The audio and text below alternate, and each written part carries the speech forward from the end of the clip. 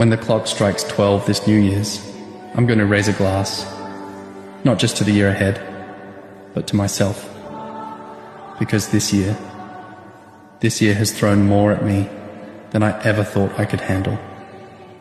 There were days I wanted to give up, days I didn't think I'd make it, but I didn't. I kept going, even when I was exhausted, even when I was broken, even when I doubted myself.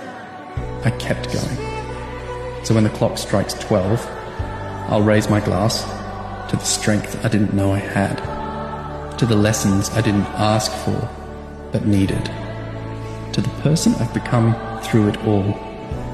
Here's to surviving the storms and choosing to believe in brighter days ahead.